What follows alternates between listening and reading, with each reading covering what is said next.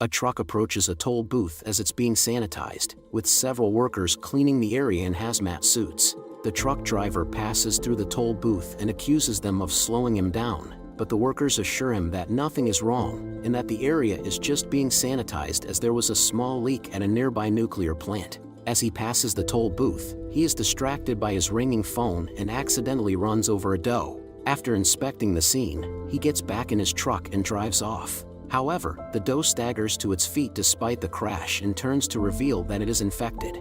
Meanwhile, in Seoul, Suk-woo is a busy fund manager who barely has time for his daughter Suin, let alone his divorce. After a stressful day at work and accidentally buying Suin the same birthday present he did last year, Suin reveals that she wants to visit her mother in Busan. Suk-woo is initially reluctant due to work, but his mother convinces him otherwise by showing him a video of Suin singing Aloha Oi at a school recital. She stops singing in the middle of the song, which he couldn't attend due to work. Out of guilt, Suk-woo books the next KTX train bound for Busan the next morning. Early in the morning, Suk-woo drives Suin to the station, only to nearly crash into an oncoming horde of ambulances and police cars. As Suk-woo ponders what could be going on, Suin reaches out the car window and catches an ember in her hand, prompting Suk-woo to notice the burning building in the distance. He remarks that there's something bad going on, but drives to the station regardless. They board the train, which is also occupied by the tough working-class husband Sang-hwa and his pregnant wife Song Kyung, a high school baseball team, rich but selfish CEO Yan-suk, and a pair of elderly sisters, In-gil and John-gil, and a homeless man who seems to be aware of the zombie situation. As the train prepares to leave, a spasming young woman boards the train with an enormous bite on her leg. Outside the train, station manager then signals the KTX to leave, only to notice a group of people on top of the stairs of the station, screaming at something unseen. Suin watches through the window as the manager is quickly ambushed by a rabid human, which only she witnesses. Frightened, Suin gets up to go to the bathroom. In the lower numbered cars, a train attendant comes across the infected woman, and she attempts to resuscitate her, only for the woman to complete her transformation. The zombie then latches onto the attendant's neck, who runs into the baseball team's car in a panic. The two then fall to the floor, now both zombies. The two proceed to attack most of the baseball team and creates a horde of zombies. In the process, only 4 students escape: baseball player Young-guk, his crush Jin-hee, and 2 unnamed boys. The zombies race towards the upper compartments and infect everyone in their path. Suin unwittingly walks towards the lower ones, looking for a bathroom.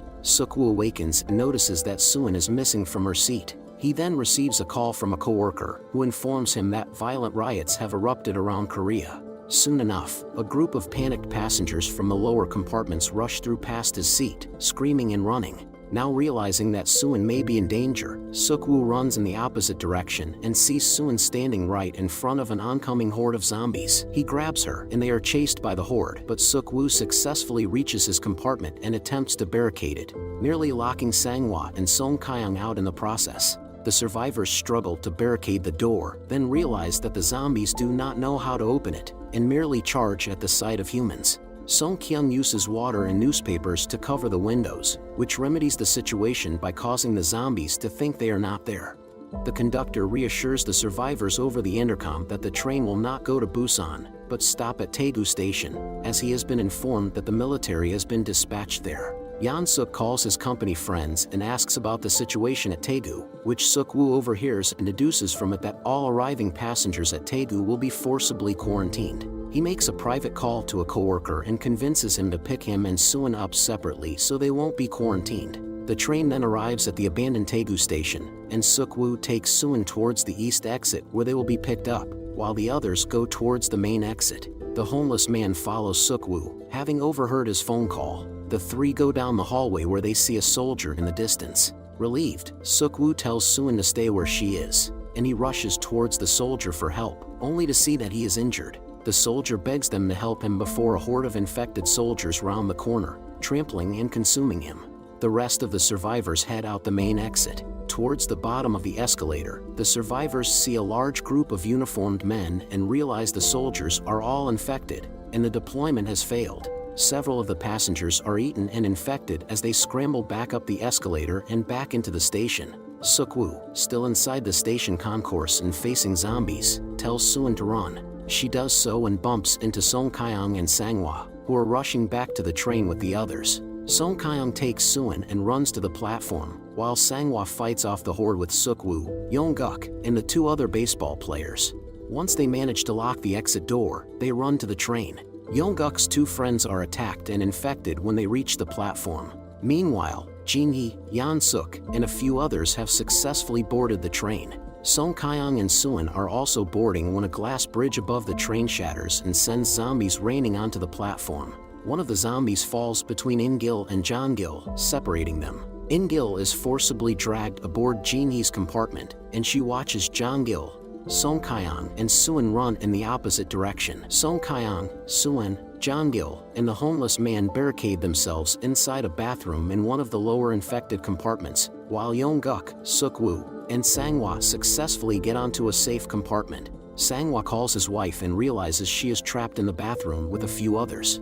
Unwilling to leave them to die, the 3 of them begin fighting through the lower compartments to rescue them. In the process, they discover the zombies are blind in the dark and only react to sound. They use this to their advantage and manage to rescue them, and they all run together towards the first compartment, where Yan-suk, Jin-hee, In-gil, and the manager are. Yong-guk texts Jin-hee that they have rescued the survivors and are headed towards her compartment. When she happily tells the others, they react with hostility and decide to lock the door to their compartment to prevent the group from entering. With the door locked, Yong-guk attempts to break it open, while Suk-woo and Sanghwa struggle to keep the zombies from entering on the other side. Realizing that there isn't enough time, Sanghwa tells Suk-woo to take care of his wife and leave him behind to distract the zombies. Suk-woo tearfully apologizes and lets go of the door, dragging Suin and Song Kyung towards the barricaded door. Before he is consumed, Sanghwa manages to tell his wife the name he chose for their unborn son. The locked door is broken down and the survivors pile into the compartment safely. There is a second door inside the compartment, which they close, although Jong-gil is not fast enough and she is eaten. Realizing that Sanghwa and Jong-gil could have survived as well if the group hadn't barricaded the door, Suk-woo angrily punches Yan-suk and demands to know why he did such a thing. Unwilling to answer, Yan-suk lies to the others and insists that Suk-woo and his allies are infected. Instilling fear inside the initial group that barricaded the door, they force Suk-woo and the group that just entered the compartment, now joined by Jin-hee, into the hallway between their compartment and the conductor's car. Once they are forced out, Yan-suk and the others use their neckties and shirts to tie down the knob and prevent them from coming back in. In-gil, still shocked and silent from seeing her sister die needlessly, notices Jong-gil's face in the crowd of zombies in the door window. She tells her infected sister that she lived a long and fulfilling life, and realizes that the compartment group's actions have led to her sister's death. Out of anger and defeat, In-gil opens the door, allowing the zombies to flood the safe compartment. The survivors inside the hallway can only watch as the group is eaten inside the compartment. They see shadows of the passengers desperately clawing at the door they just barricaded in a cruel twist of events. The conductor receives a radio notification that Busan has succeeded in holding off the zombie infection. However, as they approach a station before Busan, the train is cut off by debris on the track. The conductor informs the remaining survivors on the train over the speaker that he will find another train on an unblocked track to drive to Busan and that they should follow him, but wishes them luck, as they will have to exit the train and survive crossing the zombie-filled tracks. He exits his cockpit and finds an empty path, successfully discovering a cargo train. He starts it up and begins going down the track towards Busan, searching for survivors on the tracks. Suk-woo and the others exit the train, and unbeknownst to them, Yan-suk has survived the horde of zombies in the compartment by hiding in the bathroom. He also hears the conductor's announcement and fights his way out of the compartment, but several zombies continue chasing him as he gets off. Meanwhile, Suk-woo's group is making their way to the cargo train. Suddenly, a burning freight car rushes towards them, and Jin-hee and Yong-guk are separated from the group when the runaway freight rams into the cars of a nearby train, which falls and blocks their path. They go into one of the next train cars to cross over to the other side through the door, not noticing that Yan-suk, who is being chased by a zombie, is following them.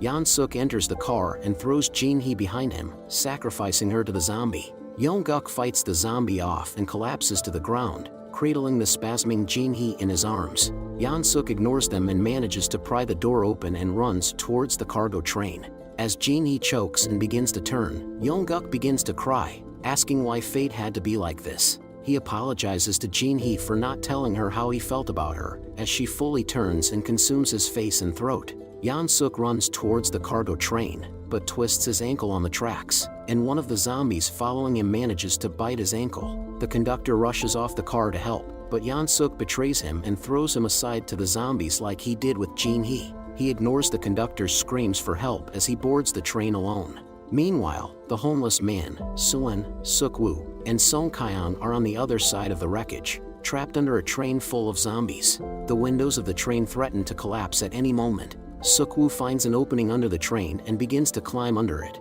but a part of the train collapses and seals the hole before the other three can make it through. The impact also shatters a window, and a small group of zombies tumble out and crawl towards the three. However, the homeless man sacrifices himself to the zombies at the last minute, allowing enough time for Suk-woo to pull the debris away, and for Song Kyung and Suwon to escape. They run towards the cargo train and get on the outdoor platform of it. Suk-woo approaches the cockpit but backs away when he sees Yeon-suk in the conductor's seat, milky-eyed and infected. He initially shuts the door, but Yeon-suk opens it. In spite of being a zombie, the infection has not reached his brain.